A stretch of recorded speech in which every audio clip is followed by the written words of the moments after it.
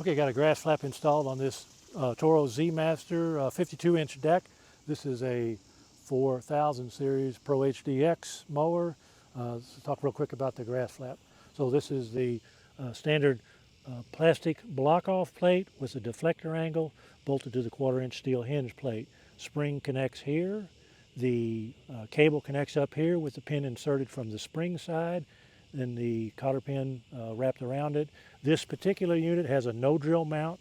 So the way that no-drill mount works is it bolts to the existing factory tabs. Then the GrassFlap itself mounts to that no-drill mount. Lets you install it without having to drill holes.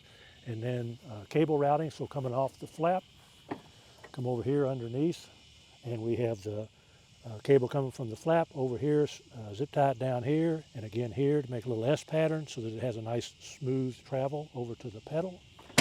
And then from the pedal standpoint, so we've bolted this down in the middle set of holes. The 5/16 bolt will fit right in there. You might also want to put it up here in the upper set of holes if you have a larger foot.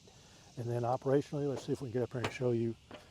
So the motion to operate it is going to be a push and release, push and let up motion. So I'm not letting all the way off of it. I don't know if you can see the flap there in the background popping up as I do this. So what it looks like from this side up here, okay, so if we can get this out of our way, get over here where you can see my foot. And so what I'm going to do is I'm going to it's just a slight release with the foot. If I just push it straight down and push as hard as I want to, it's only going to come open halfway like this.